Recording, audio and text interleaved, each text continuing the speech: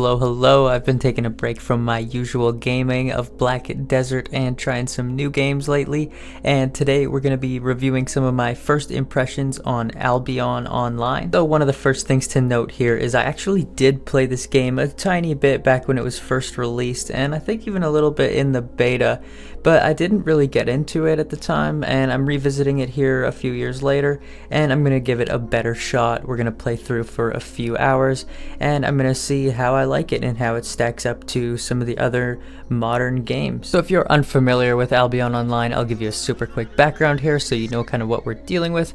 Essentially, it's a sandbox MMORPG if I were to compare it to any other games in terms of feel and overall structure.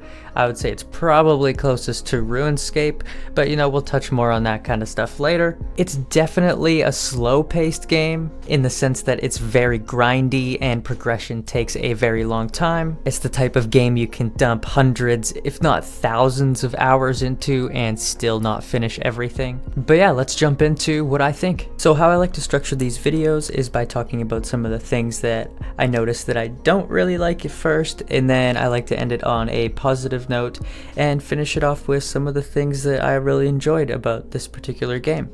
So the number one con of Albion Online is it feels really slow and grindy. Even though it's meant to, it definitely, especially in the beginning, just kind of has you feel like you're running in circles and really not accomplishing much. I think that sort of sums up to what the feeling really is that you can play for hours and hours and hours, and it doesn't really seem like you're making that much progress. You don't really get that much dinging dopamine rush like some of the other games come along with these days. The second point of Albion Online that I've been having struggle with is most of the combat feels kind of underwhelming. Granted, that might just be because I haven't found a particular weapon I like. Essentially in Albion Online, your weapon dictates the kind of abilities that you can use, and you can use essentially whatever kind of weapon you like, and the more you use that kind of weapon, the more you level up in that particular kind of weapon.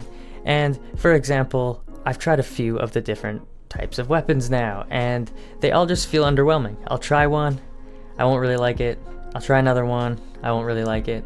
I think maybe that's the problem. Maybe I need to stick with one weapon choice longer so that I can get like the higher tiers of it. Maybe we'll try that in the coming weeks and months and revisit some of my opinions about this game. My third con, weirdly enough, is gonna tie into one of my pros as well. It's kind of a bittersweet thing about Albion, and it is the monetization structure. So basically in Albion, similar to RuneScape or something, you have a normal account or a premium account, and if premium is active, you get more fame. And considering your entire progression is based on fame, it is basically huge advantage to have the premium, to say the least. And stick around, I'll mention a good thing about the monetization structure as well. But before I do that, I want to touch on my number one pro of the whole game, and that is that it is super polished. It just feels so smooth and clean to play. Whether you're playing on PC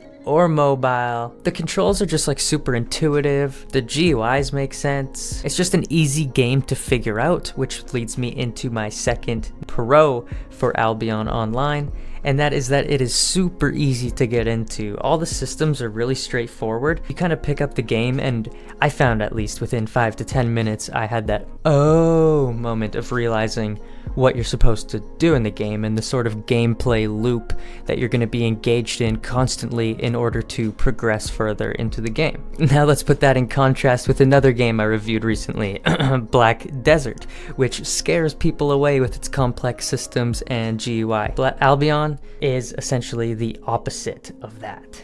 So my last little pro again, this is going to talk about the monetization structure of the game. So while I talked a bit of smack about the premium system, I do have to give them a bit of props for not putting all the monetization right in your face. In fact, when I first started playing the game, I actually had to find where you could buy things with real money. I find most games that have, especially cosmetic items and premium functions, they hit you with like 6 screens as soon as you log in. Every single activity you try to do, it's just buy premium now, buy premium now. With Albion, when you log on, they do give you a little window that's like, hey, just so you know, if you had premium, you'd get more fame. But when you click OK and you start playing the game, you'll never really see prompts to try to convince you to buy things that often. And so that was kind of refreshing as somebody that doesn't really like to spend a whole bunch of money on these types of games, especially if I'm just trying them out. So that pretty much wraps up my major opinions about Albion Online. To give you a super quick refresher of where I stand with the game, I am still playing it. I'm trying to get more into it. As I said, it's really easy to get into. I do enjoy all these really straightforward systems. The grind is addicting but slow, so we're gonna keep